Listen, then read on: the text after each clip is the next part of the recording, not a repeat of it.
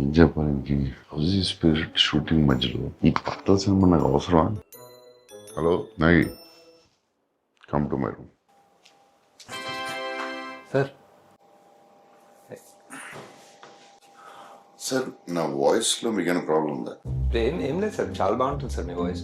Deep base అంతా బాగుంటుంది. నాకు పాటలు పాడడం రాదనుకున్నాను.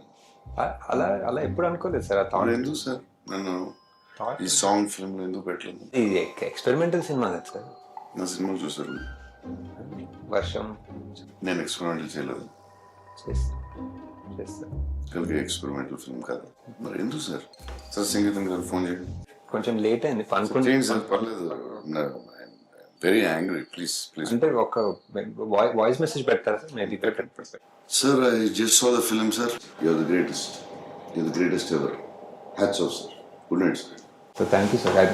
అలానే మన పార్ట్ 2లో కమల్ సార్ తోటి సార్ విచిత్ర సోదరులు సంగీతం శ్రీనివాస్, పుష్పక విమానం సంగీతం శ్రీనివాస్.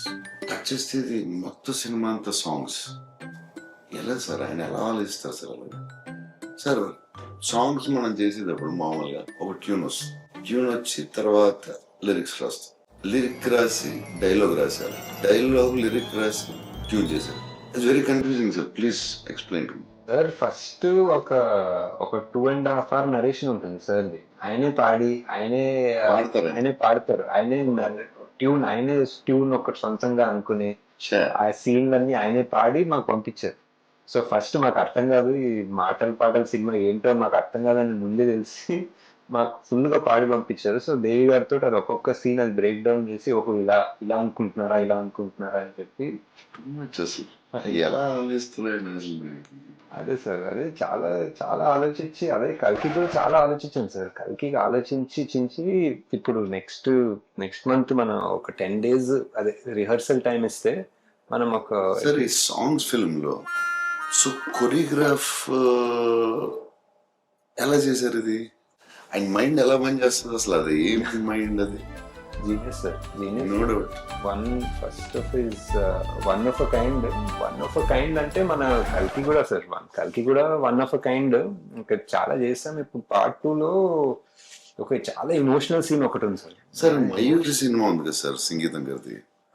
ఒక కాలు లేని అమ్మాయితో భరతనాట్యం మీద డాన్స్ మీద నిజంగా కాలు లేని అమ్మాయిని తీసుకొచ్చి ఎమోషనల్ సీన్ చేసేది. మనం మళ్ళీ ఇప్పుడు ఇన్ని సంవత్సరాల తర్వాత సాంగ్ స్టార్ట్ అయించి నాకు పిచ్ ఇంట్రెస్టింగ్ అనిపించింది సినిమా. నేను ఎక్స్పెక్ట్ చేయలేదు దాంట్లో నేను కళ్ళు నీళ్ళు వస్తాయి. నేను ఆ హీరో చెట్టులోకి వెళ్ళినప్పుడు ఒకసారి వచ్చినాయి, 2 సార్లు వచ్చినాయి. అప్పుడు అదే సీన్ లో ఫైట్ అంటే సాంగ్ లో ఏడిపించవచ్చు. అది దేవి కూడా సార్. దేవి కూడా దీంట్లో సంగీతం గారు ఎంత ఇంపార్టెంట్, ఈక్వల్లీ దేవి. అదే సార్, కల్కి కూడా వరల్డ్ వైడ్ కదా ఫస్ట్. సార్ చెప్పేదానండి, గారు కూడా ఫస్ట్ ఆఫ్ ఇట్స్ సంగీతం గారికి ఫోన్ చేయండి, నేను పాట పాడతాను. Sir action sequence next. Sir that sir please sir.